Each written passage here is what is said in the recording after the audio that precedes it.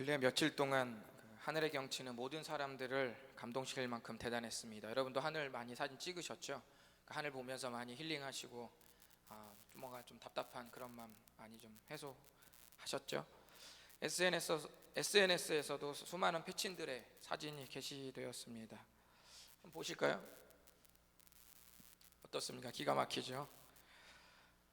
또한 이건 다른 분이 또 찍었는데 이분은 구름을 위주로 구름에 좀 꽂혀 있는 어떤 구름 같은 그런 분이신가 봅니다.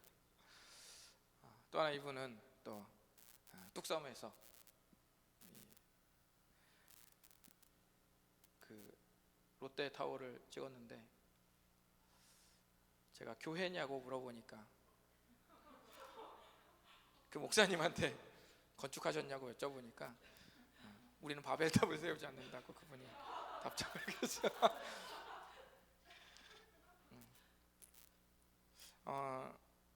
이외에도 하늘에 많은 분들이 하늘의 경치를 사진에 담아 영구 보존했습니다. 이 대열에 작은 저도 빠질 수가 없겠죠. 하나 찍었습니다. 작고 귀여운 목양실 창문에 비친 하늘을 찍었습니다. 비록 그 목양실 창문은 아주 열악했지만 창문 너머 하늘은 그 광활하기 이를 데 없었습니다. 한동안 펼쳐진 하늘의 이 갤러리가 그나마 답답한 코로나 현실을 견딜 수 있도록 하지 않았나, 조금은 위로가 되지 않았나 생각해 봅니다. 오늘 이 시간에는 하늘의 풍경 대신 베레아 풍경을 감상해 보시겠습니다. 베레아는 바울이 방문한 마게도니아 지방의 마지막 도시입니다. 말씀을 통해서 베레아 풍경을 또 함께 살펴보시고 영혼이 건강해지는 그런 시간이 되셨으면 좋겠습니다. 오늘 주님이 우리에게 보여주실 베레아 풍경은 너그러운 베레아 사람들이 말씀을 받는, 또 예수님을 믿는, 또는 복음을 믿는 그런 풍경입니다. 너그러운 베레아 사람들이 말씀을 받는 그런 풍경인데요, 바울과 선교팀은 바로 이 베레아 지역이라는 바로 직전 데살로니가라는 지역에서 밤낮 없이 일을 하면서 복음을 전했습니다. 바울의 부업은 천막을 만들거나 수리하는 기술이 있었습니다. 아마도 낮에는 복음을 전했을 겁니다. 그리고 밤에는 동물의 털이나 가죽을 가지고 장막을 만들거나 또는 수리를 하면서 재정적인 어려움을 충당했을 것입니다. 그렇게까지 고생하며 복음을 전했는데 가슴 아프게도 어떻게 됐죠? 데살로니가에서 쫓기듯 부랴부랴 베레아로 탈출해 나옵니다. 우리 10절을 한번 보시면, 밤에 형제들이 곧 바울과 실라를 베레아로 보내니 그들이 이르러 유대인의 회당에 들어가니라. 밤에 형제들이 바울과 실라를 보낸 것은 위험해서 긴급히 그렇게 보낸 것입니다. 그런데 이러한 바울의 고생을 씻겨줄 한 가지 참 감사한 장면이 베레아에 기록되어 있습니다. 그것은 바울이 예수님을 소개했을 때 베레아 사람들이 다른 지역에서 만난 사람들보다 말씀을 아주 잘 믿었다는 거예요. 아주 호의적으로 말씀을 받아들였다는 것입니다. 저는 베레아에서 만난 사람들이 바울에게 어떤 의미였을까? 바울이 지치고 매맞고 감옥에 갇히고 또 쫓기듯 위협받고 살해에 수많은 여러 위협 속에서 또 쫓기듯 간신히 그렇게 빠져온 베레아에서 그 장면을 봤을 때 엄청난 사람들이 말씀을 기쁘게 받아들이고 호의적으로 말씀을 깊이 복음을 믿는 그 장면을 봤을 때 그것이 바울에게 어떠한 의미였을까 한 생각해 봤습니다. 그때 베레아 사람들이 말씀을 기쁘게 받는 어떤 이런 장면들이 바울에게는 마치 사막의 오아시스 같은 그런 풍경이 아니었겠습니까? 바울은 어떤 악조건이 또 펼쳐졌을지라도 아마 포기하지 않았겠죠. 하지만 쫓기듯 데살로니가를 빠져나올 때 감정적으로 정말 쉽지 않은 상태였을 것입니다. 그럴 때 베레아의 사람들이 자기가 전한 복음을 깊이 받아들이고 예수님을 믿은 그 장면은 정말 멋진, 정말 한 방의 위로가 되는 그런 풍경이 아니었을까 생각해 봅니다. 온라인으로 저를 보시는 또 여러분, 혹시 제가 말씀드리는 이 바울의 기분을 조금 여러분 헤아리실 수 있으시겠어요? 저는 바울 정도는 물론 아니겠지만 조금은 이것이 어떤 의미인지 알 수 있습니다. 제가 청소년 캠프 때 강사로 꽤 초청받아 말씀을 전했었습니다. 우리 김철기 전사님 저보다 훨씬 더 인기 있는 그런 강사님이셨는데 무엇보다 잘 아시겠지만은 일단 강사로 선정되면 그 책임감이 정말 막중합니다. 말씀을 준비하는 내내 이 부담이 몰려오면서 그들에게 천국, 학생들에게 천국을 선물하기 위해서 강사는 한 달 동안 지옥을 보내는 그런 나날을 겪어야만 하죠. 그러다가 당일날 말씀을 전하고 나서 예수님을 믿을 학생들을 초청할 때 아이들이 강단 쪽으로 걸어오는, 예수님을 믿겠다고 걸어오는 그 모습을 보게 됩니다. 그러면 그 아이들이 걸어오는 그 장면이 통째로 뭔가 이 풍경처럼 딱 보여요. JPG 그림 파일로 딱 찍힌다는 그 말입니다. 그러면서 그 장면 하나에 이 지옥 같은 한 달이 이 천국으로 바뀌고 제 마음이 뭔가 그 부담감과 몰려오는 그 어려움들이 한꺼번에 확 시원해지는 그런 느낌을 그 한 장면에도 제가 이렇게 경험을 하게 됩니다. 주풀 교사들도 그렇잖아요. 1년 동안 그 말 안 듣는 아이들 또 싸우다가 또 가르치다가 또 손가락질했다 또 안아줬다가 수많은 이 과정들을 반복하고 마지막 주풀 졸업식 때 어때요? 아이들 영상이 틀어지면은 그 장면 보면서 어떻습니까? 힘들었던 1년 뭔가 한 방에 확 시원해지고 보람되면서 위로받는 그런 느낌 여러분 들 때 있잖아요. 바울이 빌립보에서 매맞고 감옥에 갇히고 데살로니가에서 위협받으면서 베레아까지 쫓기듯 왔을 때 솔직히 안 힘들었을 것이라고 예상한다면 그것은 상식적이지 않은 추측입니다. 그런데 지쳐 쓰러질 것 같은 그 마음 추스르고 베레아에서 복음 전하는데 베레아에서는 이전에 볼 수 없었던 진한 역사의 현장이 펼쳐진 것입니다. 11절 말씀은 베레아 사람들이 말씀을 잘 받았다고 그렇게 기록되어 있습니다. 주님이 베레아 지역에서 보여주고 싶었던 풍경은 말씀을 받는 베레아 사람들의 구체적인 모습이었습니다. 주님이 그 풍경을 그려내셨다면 우리도 잠시 멈춰서 그 풍경을 좀 지켜봐야겠죠. 베레아 사람들의 말씀을 받는 태도가 어떠했는지 우리 11절 통해서 다 같이 한번 살펴보시겠습니다. 다 같이 읽어보겠습니다. 시작. 베레아에 있는 사람들은 데살로니가에 있는 사람들보다 더 너그러워서 간절한 마음으로 말씀을 받고 이것이 그러한가 하여 날마다 성경을 상고함으로. 베레아에 있는 사람들이 데살로니가에 있는 사람들보다 더 너그러웠다고 그렇게 말씀합니다. 너그러웠다는 말이 지금 우리가 보고 있는 성경 개역 개정 성경을 저희 교회에서 보는데 그 이전 개역 성경에는 신사적이다라는 말로 기록되었고 또 새 번역과 쉬운 성경에서는 더 고상하다라고 번역되었습니다. 어떤 성경에는 편견이 없다라는 의미로도 번역되었고 어떤 또 영어 성경에서는 오픈 마인드다라고도 이렇게 번역이 되었습니다. 원어 사전에 보면 이 단어는 고결한 또 품이 있는 이라는 이런 의미를 가지고 있습니다. 어떤 의미를 취하든 괜찮지만 중요한 것은 이 더 너그러웠던 이 베레아 사람들의 이후 모습, 그 마음을 가진 베레아 사람들의 이후 모습이 어떠했는가 이것을 좀 지켜보는 것이 우리가 좀 풍경을 제대로 하나님께서 구현해내신 그 경치를 우리가 제대로 볼 수 있는 좀 모습이 아닌가 생각해 봅니다. 저는 이 시간에 11절의 말씀이 묘사한 풍경을 좀 더 자세히 살펴보려고 합니다. 이 풍경이 베레아 풍경일 뿐만 아니라 저는 온라인으로 예배를 드리는 우리 모든 분들의 인생 풍경이기를 간절히 바랍니다. 베레아 풍경 첫 번째는 베레아 사람들의 간절한 모습입니다. 멋진 폰트로 했는데 방송실에 또 컴퓨터가 바뀌는 바람에 뭔가 간결한 명조체로 제가 잠시 착각했어요.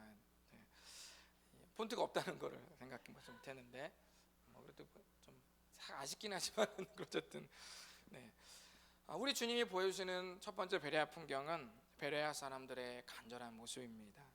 여기서 말한 간절하다는 말에는 중요한 의미가 담겨 있는데 그것은 자발성입니다. 여기서 간절하다는 의미는 자발성이라는 의미가 담겨 있어요. 여러분 제가 더 열심히 믿으라고 여러분을 압박한다고 여러분에게 간절함이 생길까요? 제발 좀 열심히 좀 믿으세요. 왜 이렇게 맥을 못 쳐요? 좀 힘 좀 내요 제발. 힘 좀 내라고요. 좀 이렇게 한다고 해서 뭔가 때로는 뭔가 그런 권면이 필요할 수 있겠죠. 때로는 그런 채찍이 필요할 수도 있겠지만은 대부분 그런 무조건적인 압박은 반감을 일으킬 겁니다. 언제나 에너지는 자발성에서 가장 잘 불타오릅니다. 요즘 코로나 사태가 심각하다 보니 자녀들과 집에 자주 있게 되잖아요. 저희 집도 크게 다르지 않습니다. 본의 아니게 제가 가족들과 함께 수개월간 점심을 같이 먹고 있습니다. 제 인생 속 그 어떤 삶의 여정 속에서 있지 않았었던 기적 같은 일, 수개월간 점심을 아이들과 함께 먹고 있다.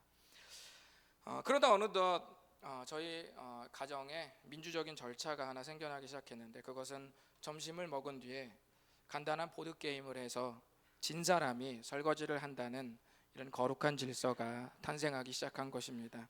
그 누구도 설거지에 예외가 될 수 없다. 엄마만 설거지를 해서는 안 된다는 차별 금지 법안이 저희 가정에 통과되고 만 것입니다.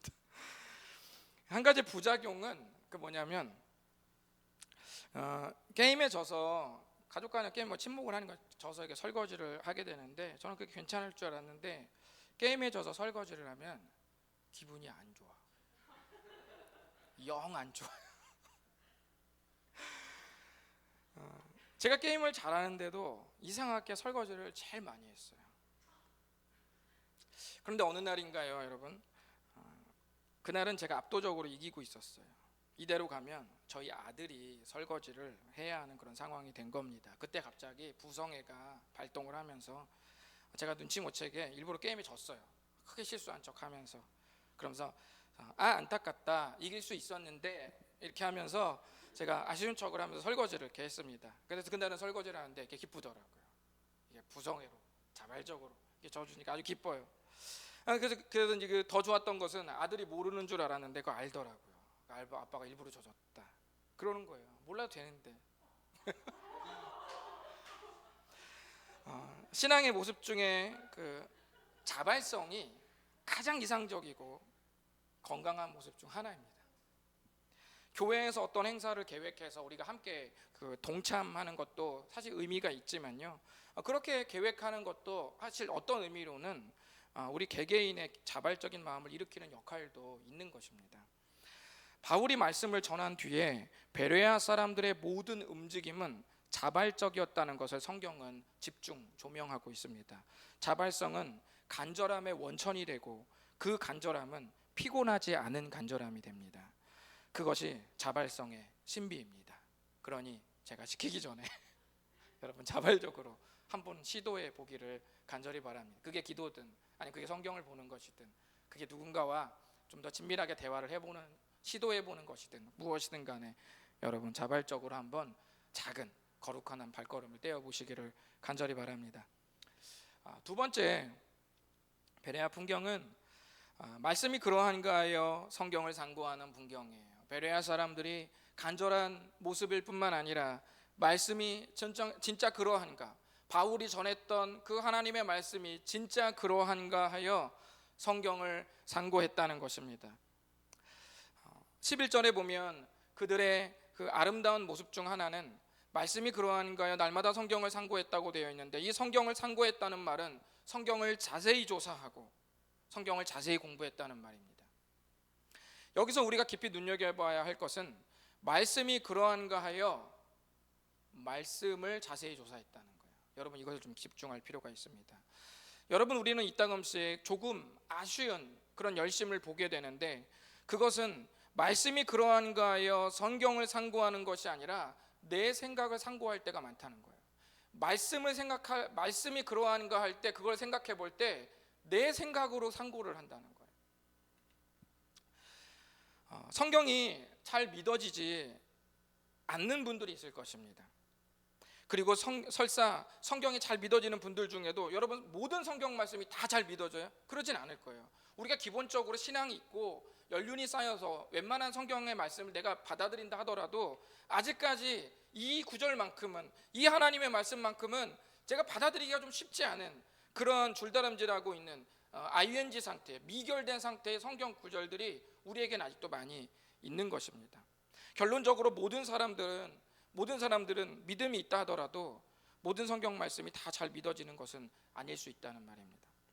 그런데 그런 순간에 여러분께 조금 부탁드리고 싶은 것은 성경 말씀을 믿고 싶을 때 성경 자체를 내 생각으로 재단하지 마시고 신뢰를 유지하면서 조금 더 고민해 볼 것을 여러분에게 좀 제안드립니다. 이것이 왜 중요하냐면요, 신뢰 안에서 성경을 고민하는 것과 신뢰 밖에서 성경을 고민하는 것은 조금 다른 결과가 나올 수 있습니다. 이 말씀은 내 영혼의 홈트 세 번째 내용과 관계에 있습니다. PPL이 아니에요. 자, 평소에 여러분 거의 지각하지 않는 친구가 있다고 한번 생각해 봅시다. 그런데 그 친구가 어느 날 늦습니다. 이 친구는 나하고 친한 사람이고 평소에 거의 늦은 적도 없어요. 아주 시간에 철저한 사람입니다. 그러면 이런 친구가 약속에 늦게 될 때 우리는 전화해서 묻습니다. 무슨 일이 있어? 라고 묻죠. 왜 이렇게 물어보는 것은 신뢰 안에서 그 사람에게 지금 질문하고 있는 거예요. 물어보는 사람 마음속에는 이 친구가 원래 늦지 않는 사람이라는 신뢰가 있는 거예요. 그래서 그렇게 물어보는 겁니다. 제가 다사교 가족들을 향해 신뢰가 있듯이 여러분도 저에 대한 신뢰가 있을 것입니다. 없나? 그 관계 안에서 질문할 때는 전부 신뢰 안에서 우리가 질문을 하게 되는 거예요. 성경의 말씀을 우리가 대할 때 기본적으로 아직 이해가 되지 않더라도 논리적으로 다 그 말씀이 규명되지 않았어도 그 말씀을 신뢰해 보면서 조사해 보고 신뢰해 보면서 고민해 보고 삶을 살아가 보는 것이 우리에게 아주 필요합니다. 사실 따지고 보면 논리적으로 규명되거나 이해가 되어서 살아가고 있는 내 삶의 영역은 제 생각에 10%도 아마 안 될 것이라고 생각이 됩니다. 저번에 말씀드린 바와 같이 여러분 와이파이 이해되세요? 여러분이 차를 끌고 나가실 때 큰 사고 안 날 것이라는 결과가 논리적으로 증명되었나요? 편의점에서 사 먹는 인스턴트 음식이 상하지 않았을 것이라고 여러분 확신하고 드시나요? 매일 싱크대에서 나오는 물이 정말 안전할 것이라고 확신하나요? 조금 억지스러웠을 수도 있는데 제가 이렇게까지 재차 물어보는 이유는 일상의 요소는 우리가 설명할 수 없는 수많은 것들도 몸에 많이 배어 있어서 크게 거부감이 없는데 유독 하나님의 말씀은 받아들이는데 거부감이 많이 생길 수 있기 때문에 말씀드리는 것입니다. 어떤 역사책보다도 증거가 많고 어떤 역사책보다도 권위도 있고 발굴된 유적도 있고 내증도 있고 외증도 있고 고고학적 증거도 꽤 많이 있는데도 유독 성경을 받아들이는데 우리가 인색하지 않나 생각해 보자는 의미에서 조금 여러분께 억지를 부려봤습니다. 베레아 사람들은 바울이 전한 말씀이 그러한가 하여 상고했습니다. 훗날 이 사람들의 모습을 보면서 베레아적이다라는 말이 생겼습니다. 베레아적이다. 그래서 베레아적이라는 말은 단순히 그 지역이라는 의미를 초월해서 편견 없이 주의 깊게 성경을 연구한다는 의미가 되었어요. 저 사람 참 베레아적이다라고 말하면 그 사람 편견 없이 성경을 아주 깊이 있게 주의 깊게 연구한다는 그런 의미로 쓰였습니다. 저는 우리 모두가 베레아적이었으면 좋겠다는 꿈을 가져봅니다. 지금 여러분의 이름은 무슨 의미입니까? 성현스럽다, 태경스럽다, 미선스럽다, 주영스럽다, 아영스럽다. 좀 무서운데? 가람스럽다, 수정스럽다. 누군가 이렇게 말을 만들었다면, 누군가 그렇게 말을 만들어낸다면 그 말은 긍정적인 의미일까요? 아니면 부정적인 의미일까요? 저는 모든 다사교 가족들이 희망적이고 좋은 의미를 함의하는 그런 사람들이기를 간절히 바랍니다. 그리고 여러분들의 모든 이미지에 베레아적이라는 의미가 포함되기를 바라봅니다.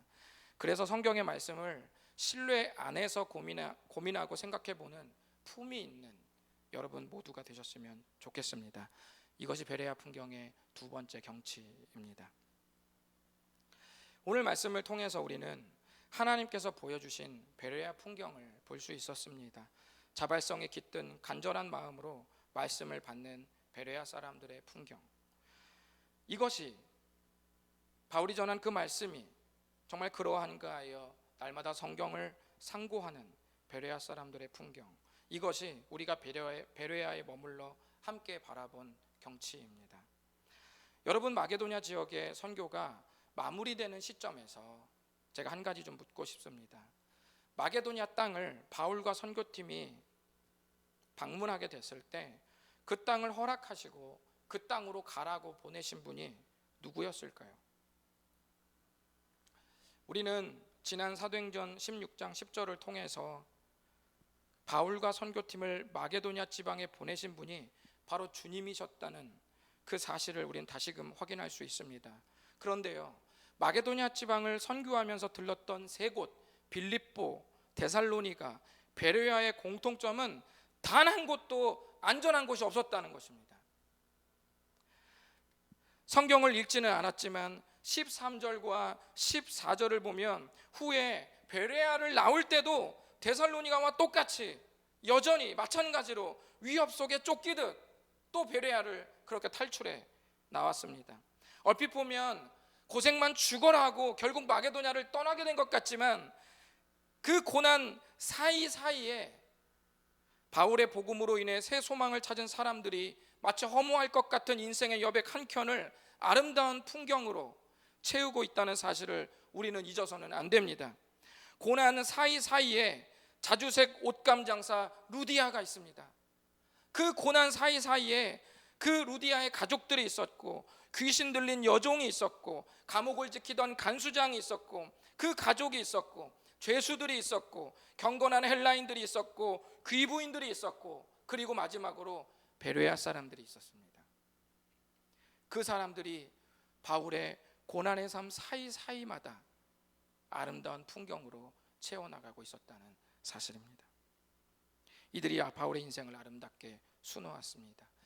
제2차 세계대전 중에 네덜란드의 한 독일 나치 수용소에서 자신의 언니를 죽인 원수를 용서한 사람으로 유명한 코리텐붐 여사는 당시 독일 나치에게 발각되기 전까지 학살당하는 유태인들을 은밀하게 숨겨주는 그런 일을 했습니다.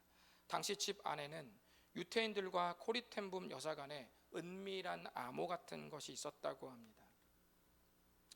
수예천으로 왕관을 만든 액자가 있는데 이 액자를, 이 수예천을 앞면으로, 왕관을 앞면으로 걸어 놓으면 안전하다는 의미였고, 그 액자를 뒷면으로 걸어 놓으면 독일군이 수색 중이니 위험하다는 신호였습니다.